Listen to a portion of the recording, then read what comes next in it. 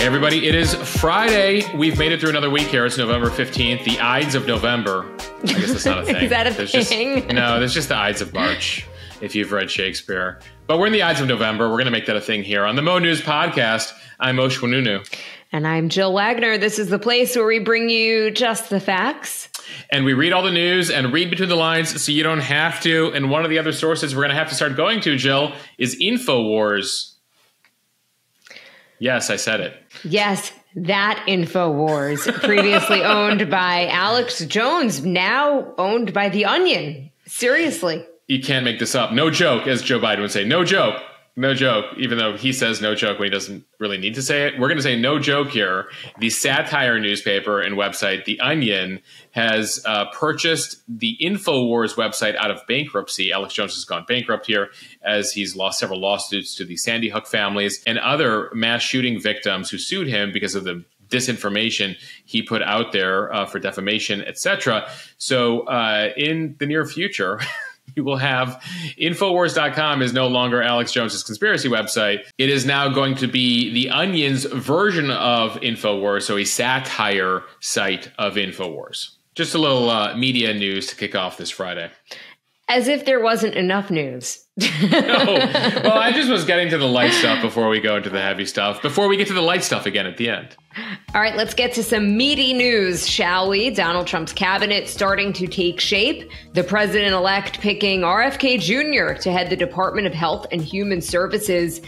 Another controversial pick after tapping Matt Gaetz for Attorney General. The fallout on that decision continued on Thursday. We'll assess for you what the Senate is saying. They're going to have to confirm several of these choices and what we're learning about how Trump has come to the decision on a couple of these picks. Meanwhile, the FBI arrests a Houston man who allegedly wanted to commit a 9/11 style attack in the United States, what we know about his plans. And overseas, the Israeli soccer team had another match in Europe, this time in France. How did it go after violence in Amsterdam last week?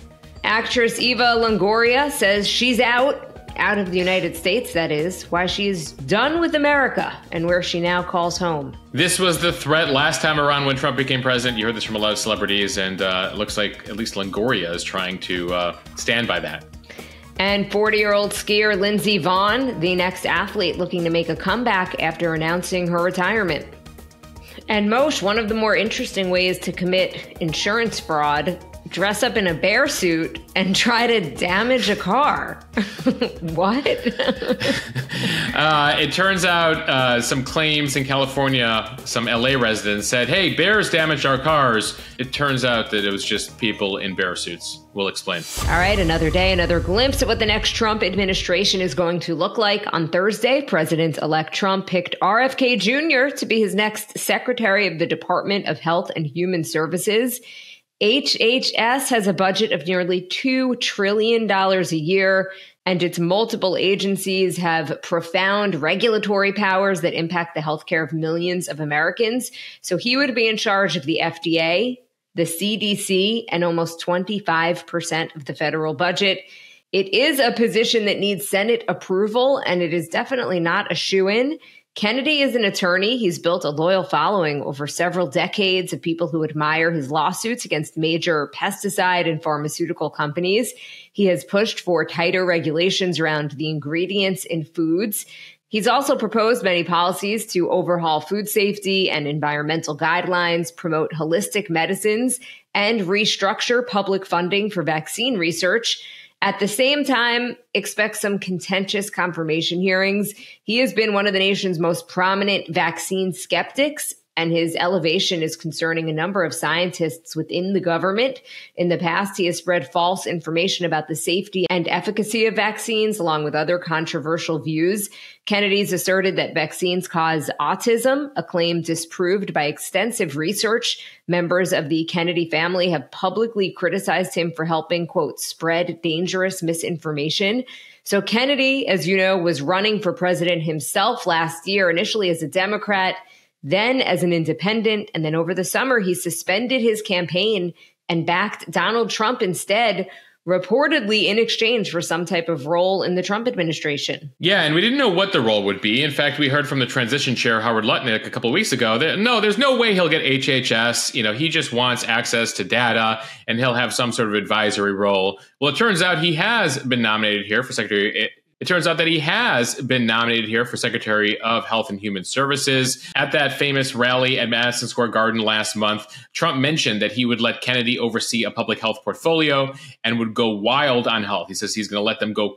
He said he would let him go crazy on food, on medicines if reelected. Kennedy has coined the Make America Healthy Again platform, MAHA, a takeoff there of MAGA. And that helped Trump in a number of states gather, especially the young female supporters who are into a number of the views that Kennedy has been asserting here. Last week, Kennedy said he would immediately begin studying vaccine safety and efficacy. But he did promise in an interview last week, and I imagine this will come up a lot in his one-on-one meetings with senators in the confirmation hearings, Kennedy said he will not be taking vaccines away from anybody. The concern among public health experts is that he will put out information that will lead to vaccine skepticism and lower intake of vaccines, which will then have an effect on people. So not necessarily banning vaccines, but more increasing vaccine skepticism out there.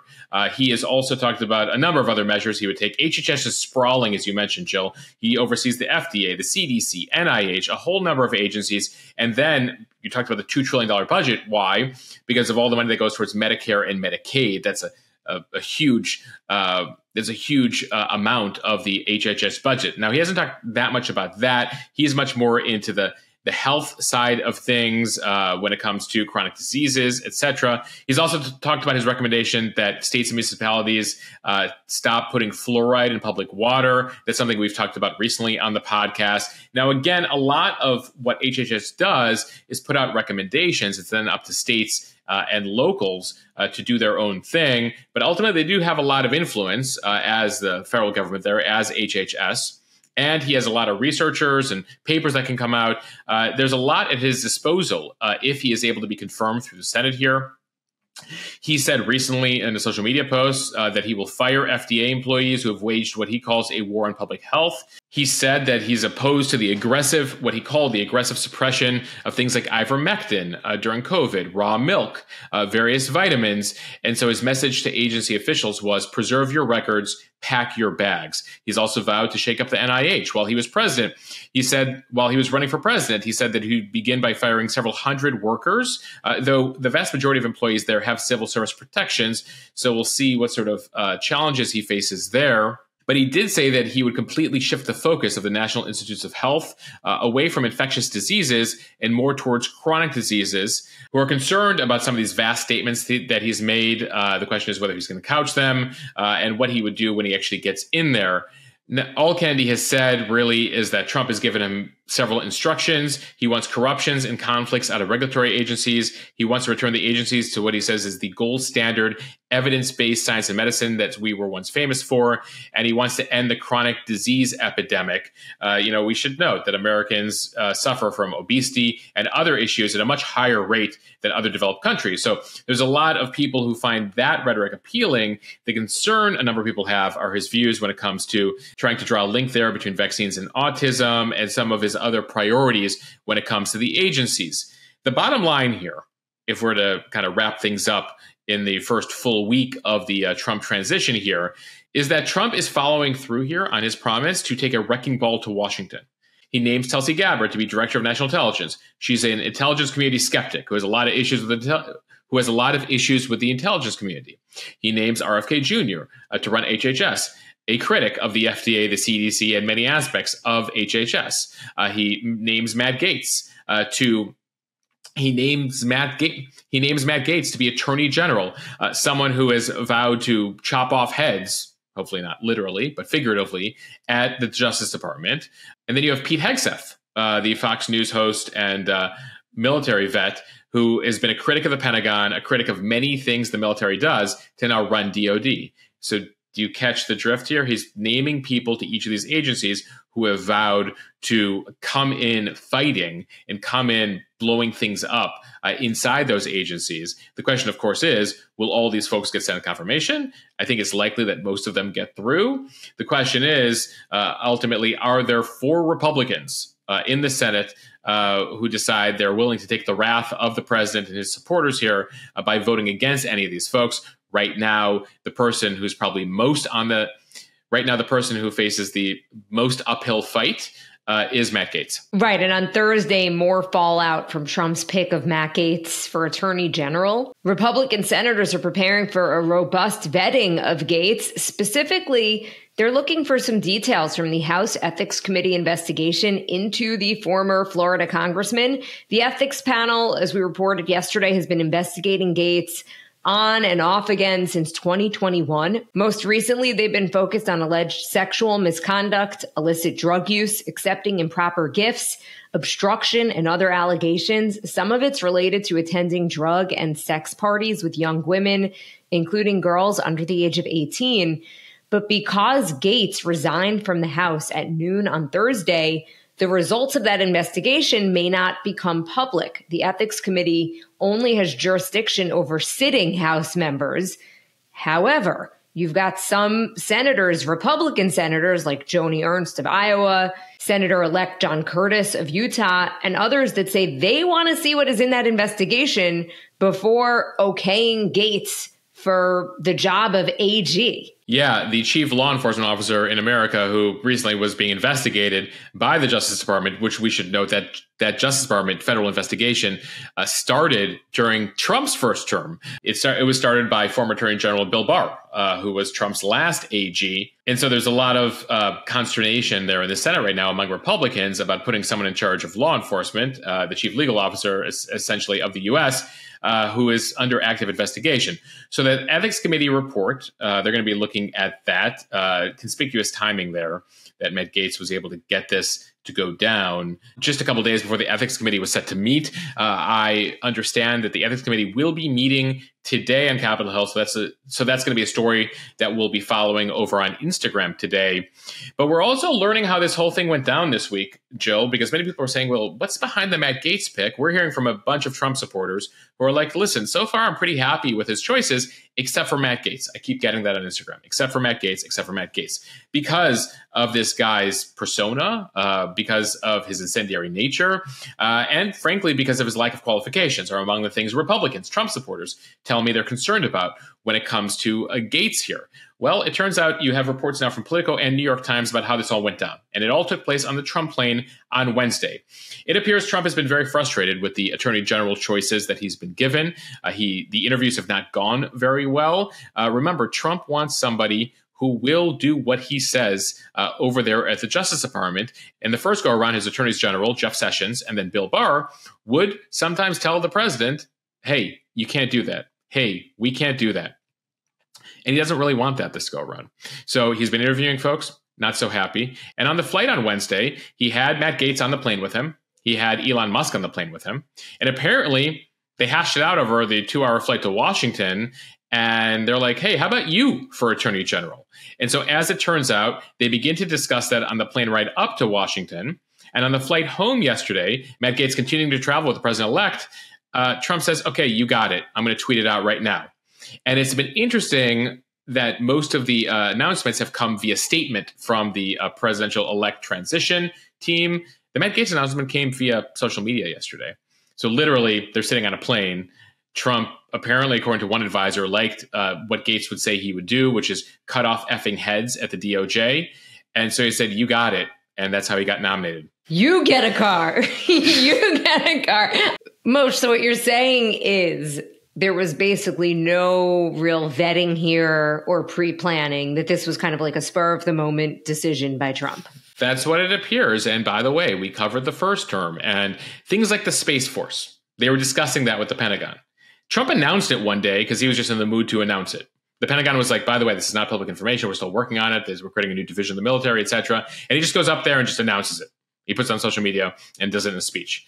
And so we have seen this. We saw this the first go around where Trump just decides to do something and doesn't necessarily want to follow traditional process here, which, to your point, included vetting Matt Gaetz. He feels he knows Matt Gaetz. He sees him as a loyalist. And he said, all right, let's do it.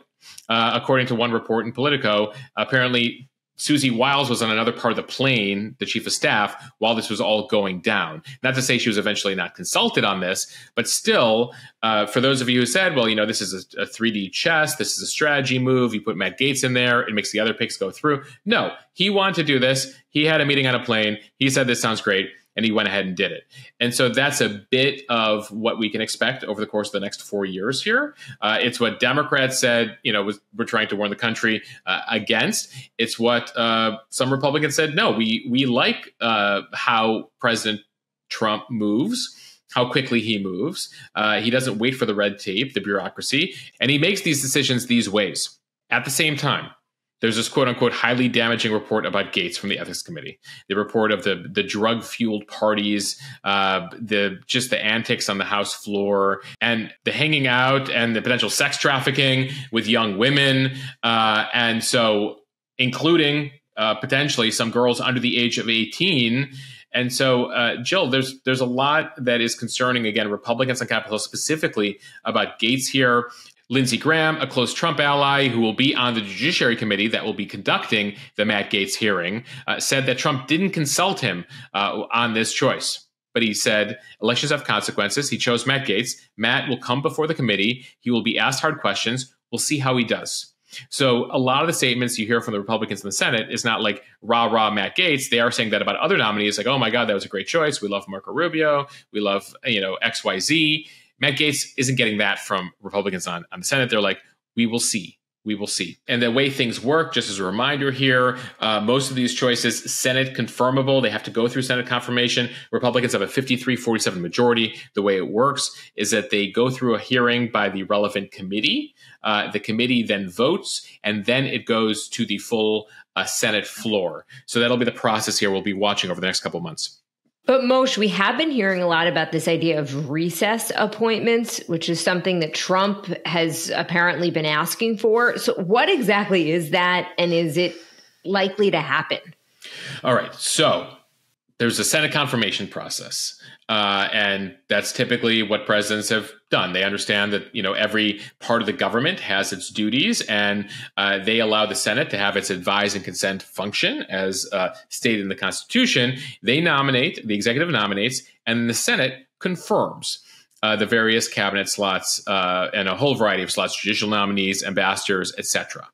Well, Trump has said, I want my people and I want them now. And there is something called recess appointments, which is when the Senate goes on recess based on the law by more than 10 days, the president is then allowed to just appoint people to those positions. So he could nominate a Matt Gaetz, and he would become the attorney general, at least for the next 2 years until the next election, or until the Senate can have a confirmation hearing. But it means that they get to take the job. Now, we should note recess appointments. They've been around since George Washington. But in the last decade, the Senate has closed the door to them. Republicans at some point during the Obama presidency said, no recess appointments for you. You have to send everyone through the Senate. And so they sort of closed the door there. And so what has that meant? That means they don't take a full 10-day recess or more. Somebody stays behind in Washington and gavels in the Senate and gavels out the Senate every couple of days, basically as a procedural tactic to prevent the president from appointing someone during recess. And that's existed for the end of Obama. Trump 1 got no recess appointments. Biden got no recess appointments. But Trump wants that back. Now, the question, of course, is, will the Senate agree to that? Will the Republicans in the Senate, who take their responsibilities very seriously, say, all right, yeah, we'll totally go on vacation for at least 10 days to let you appoint whoever you want to the cabinet? Or will they stand firm saying, no, listen, we have a role here. Now, we should note the role of recess appointments, Jill, was because back in the day, the Senate wasn't really a full-time thing. They'd come in for a couple of weeks during the year. This is like 100 plus years ago. And then they go home to farm or ranch or whatever people did 150 years ago. And that's when you would have recess for months at a time, which is why presidents needed the ability to do recess appointments. This would be a very unique way to do recess appointments, which is effectively the Senate taking recess even when it doesn't need to, knowing that they're opening the door to Trump to appoint people like Matt Gaetz or other potential controversial picks here. So that's one thing. And to just give you one more piece of procedure, Jill, if somehow the Senate refuses to take recess, there is technically a way for the president via the Constitution to forcibly send Congress away, basically send them on recess. Now, that is not something that is typically invoked, but of course, we live in unprecedented times. So there is the ability, if Trump wanted to do that, he has the ability to convene Congress when they're on recess. He also has the ability to send Congress home. And again, that's a scenario that's being thrown out there that's unlikely, but technically in the Constitution. Okay, time for the speed read from CNN. The FBI announced on Thursday the arrest of a Texas man who allegedly created and disseminated ISIS propaganda and wanted to commit a 9/11-style attack in the United States. The man, Anas Saeed, was arrested last week outside of his apartment in Houston, Texas. He is charged with attempting to provide material support to a terrorist organization. He told agents following his arrest that he tried several times to travel to join ISIS and said that he would readily move back to Lebanon if he were released. According to Houston's FBI office, he admitted to offering his home as a safe sanctuary to ISIS operators. He also discussed his efforts to commit violence in the U.S., including considering purchasing a gun, researching military recruitment facilities, and scouting one specific location in Houston, according to the memo. Saeed told investigators that he considered asking military members that he would see near his work if they supported Israel or if they'd been deployed to Afghanistan or Iraq or killed any Muslims there. And if they said yes, those are persons he would kill, according to the memo. Now, according to court documents, the FBI has been aware of this guy's support since 2017 when he ordered stickers related to ISIS. I didn't know they made ISIS stickers, but there you have it. In follow-up interviews, Saeed told the FBI he no longer consumed ISIS media and propaganda, but apparently following his arrest, he has told investigators that he did research locations, layouts, and security measures at synagogues at the Israeli consulate in Houston and said that he intended to confront the head of an unnamed Jewish organization to stop funding Israel. So this is a case that we'll continue to watch here, but thankfully they got him before he could commit any sort of violence. Overseas, all eyes were on Thursday's soccer match between the Israeli national team and France. From the Associated Press, there was a brief altercation between a small number of fans early into Thursday's Nations League soccer game between France and Israel. Despite heavy security inside of the stadium, it has been a week since violence erupted in Amsterdam when the Israeli team played a Europa League match in the city. In Paris, security intervened after about a minute. So, Moshe, all things considered, French officials breathing a sigh of relief. Yeah, definitely after that violence in Amsterdam, they were very concerned in France. They had more than 4,000 police officers deployed in and around the stadium, another 1,500 on public transportation systems. At the same time, all the concern about security issues did lead to 60,000 empty seats in the stadium. Only 20,000 of the 80,000 tickets were sold, and only about 150 Israel supporters were present. They were warned that they may face violence. And so, again, just over 100 people came out to support the Israeli team in the match against France. Also in attendance to try to quell things were the French president, Emmanuel Macron, along with former presidents Hollande and Sarkozy in France. And so no major violence there, thankfully, but just a sad state of affairs on what unfolded there. From The Hollywood Reporter, Eva Longoria revealed this week that she and her family have moved out of the, quote, dystopian United States and now split their time between Mexico and Spain. She told Marie Claire magazine, "I had my whole adult life here, but even before the pandemic, it was changing. The vibe was different. And then COVID happened and it pushed it over the edge, whether it's the homelessness or the taxes. Not that I want to blank on California. It just feels like this chapter in my life is done now." And Moshe, blank on California is an expletive on California. Okay, I just want to make sure I don't want people listening to the podcast to be like, well, what was she going to do to California? Poop. poop on California. So now she did cite that Trump's victory is one of the reasons for making her decision final. She said, he's a convicted criminal who spews hate. And if he keeps his promises, America's going to be a scary place. She did say the last time he was elected made her very depressed, but she acknowledges here that she feels privileged to be able to make the decision to move away. Jill posted this on Instagram, and a lot of people are like, all right, Eva. Cry me a river? Is that, what's the sentiment? What were they saying? Just general skepticism and disdain for her, like, I have to leave America. You often hear that from people who are like, I remember hearing this from when Bush was elected. People are like, I'm moving to Canada, etc. The whole idea that, whoever's president is getting you to leave the country. Listen, I get people's concern, etc. But I think people take the celebrity comments here and moves with several grains of salt. Notably, among other celebrities who are speaking out here, Dick Van Dyke, the legendary actor who's about to turn 99. He says he's fortunate he, quote, won't be around for Trump's entire 4-year term, implying he will die sometime in the next 4 years, so you won't have to experience the whole thing. So among the various celebrities who are expressing their feelings about the election result. But the irony with Eva Longoria is that she, at least according to this interview, has basically been living overseas since the pandemic, which, Biden's been president for the last almost 4 years. So it doesn't sound like this was totally about Trump. Yeah, it sounds like the couple of months that she was still spending in America, now she's cut those couple of months out. She's just done. Like, she just wants life. She just wants a siesta. She wants a different lifestyle. And some sports news from the New York Times. 5 years ago, Lindsey Vonn retired from ski racing, largely because of her aching right knee damaged by high-speed crashes and multiple surgeries, saying that she just could no longer take the stress of the sport.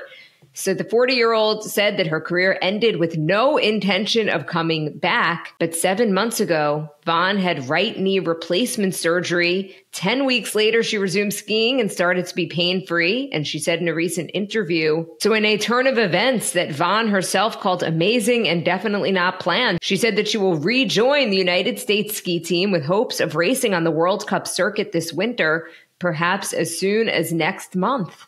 So Vonn says that she will be participating in the U.S. ski team's training sessions at Copper Mountain in Colorado that begin this weekend, focusing on Super G and downhill, these speed disciplines.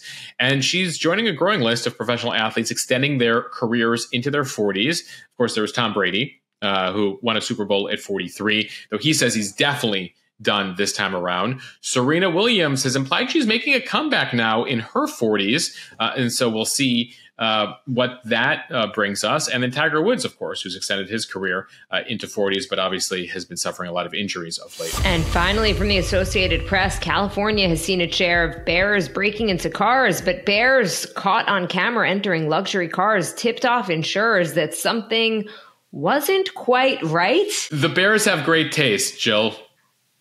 Or did they? And walk upright. In what's dubbed Operation Bear Claw, the California Insurance Department said that 4 LA residents were arrested Wednesday, accused of defrauding 3 insurance companies out of nearly $142,000 by claiming that a bear had caused damage to their vehicles. The group is accused of providing video footage from the San Bernardino Mountains in January of a bear moving inside of a Rolls-Royce and 2 Mercedes to the insurance companies. It was part of their damage claims.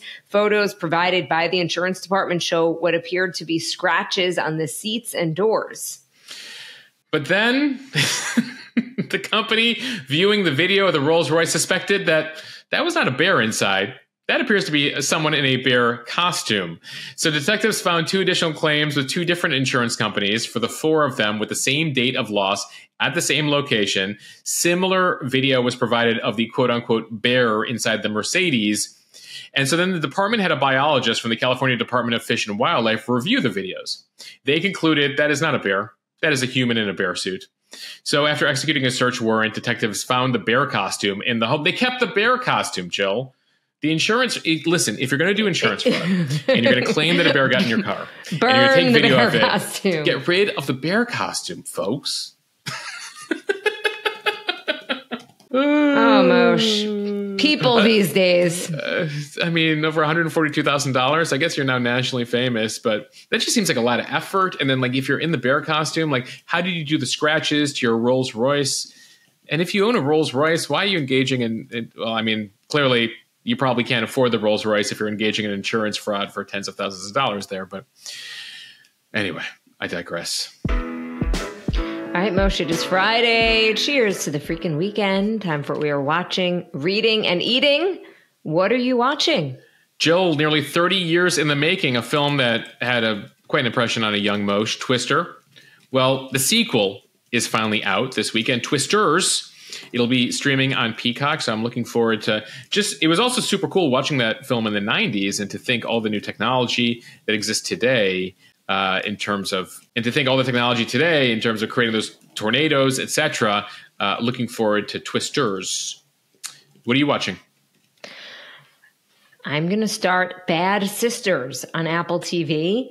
So I watched The Perfect Couple on Netflix, and one of the main characters, I later learned, is Bono's daughter. Wait, which one? So Moshe, Eve Hewson. She's the one who plays Amelia, which is the bride, one of the lead characters. And I was kind of blown away that she was Bono's daughter. And then a bunch of people on Instagram messaged me that she is awesome in Bad Sisters as well. So that's been on my list for a couple of weeks. All right. All right, Moshe, what are you reading? So John Grisham I saw that he was on the nonfiction list for bestsellers. He has a book called Framed, which looks at the justice system through 10 wrongfully convicted people looking to achieve exoneration. So looking forward to reading that, light reading on this weekend. Because God forbid you'd read fiction. I haven't liked fiction since I was 7. And even when I was 7, I was getting books on Antarctica and volcanoes. Speaking of which, Jill. Speaking of which, a book that my daughter, who's 6, is reading. She just started reading the Magic Treehouse series by Mary Pope Osborne. So they're the first real chapter books that she's brought home from the library at school. And I have to say they are so good. My husband and I are fight over who gets to read them with her. Each one is an adventure in a different city or country at a different time. So we've been to Australia, Alaska, the Civil War here in the United States. And what's cool is that, at least for me, they're black and white picture books. So there's not a lot of pictures. It's mostly text. And so I'm very proud of my daughter that she's able to listen to them. I mean, I read them to her, but they're awesome. Moshe, I highly recommend if anyone has an elementary school kid, these books, they're great. Okay, Moshe, more important. And Moshe, our favorite section of our favorite segment, what we are eating. What are you eating this weekend? Tenderly rooted walnuts, Jill, we've been big fans of them for a while. They are members of the Mo News community. Lots of great flavors, and we got a discount code for them over in the show notes. Jill, what's on tap for you food-wise? Okay, so the viral bagel chain Pop-Up Bagels that has had lines around the block in Brooklyn and in the city has finally opened on Long Island in Roslyn, so I can't wait to check it out this weekend. You deserve a bagel after this week. Do you know have you been to Pop-Up Bagels? No. So the whole idea is that the bagels are smaller than a typical bagel, but it's not just about the bagel, it's about the schmear. So you're really supposed to, so you get the bagel whole. They don't slice the bagel, and then you have to get it, or you get it with a schmear, like a certain kind of cream cheese or whatever it is. And then you rip the bagel apart and dip it? So you rip the bagel and dip. Yep, it's a rip and dip situation. It's a dipping bagel, not a sandwich bagel. Interesting approach. I'll have a full report on Monday. By the way, speaking of full reports, because I know people like to see if we actually read and watch what we say we do. I did watch the Martha documentary on Netflix. Oh, the Martha Stewart documentary. Yes. Yeah. I thought it was so good. And I don't really know why she was upset with it, because I thought she came out looking pretty good. So I don't know. I gained new insight into her personality and even more respect for her, I think. I think the thing is, when there's a documentary made about you and you are a perfectionist, you're going to have your criticisms. Jill, when the Netflix documentary comes out on you, we'll see how you feel about it. When they dissect Mo News, we'll see how we feel. I can't wait. All right. Thank you guys for listening to the Mo News podcast. If you like what you hear, share this with your friends. It helps us grow. Follow us and subscribe so you don't miss an episode, and review us in the App Store. All right, everyone. Have a wonderful weekend.